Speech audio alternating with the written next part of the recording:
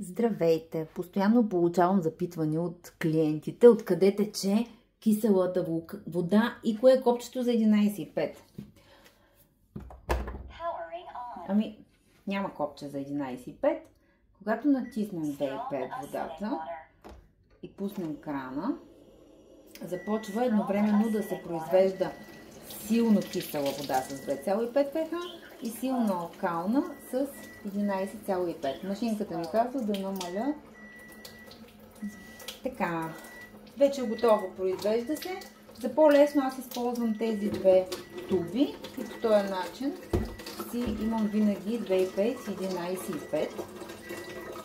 Очакваме да се напълни. Когато вече сме решили, че не ни трябва повече вода или сме напълнили ето тази туба, защото другата ще бъде наполовина пълна.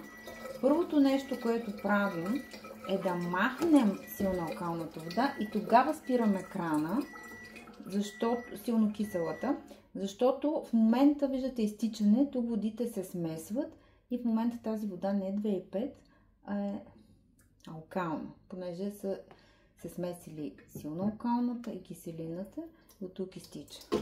Много важно е, след като си произведем тези две води, да пуснем уреда да се самопочисти на някакъв друг режим, което ще отнеме 30 секунди. Това го правете винаги, защото ако не се пусне непосредствено след производството на 2,5 и 11,5 почистване, камерата може да... В камерата могат да останат наслагвания от електролита, натриевия хлорид. След това трудно ще се изчисти.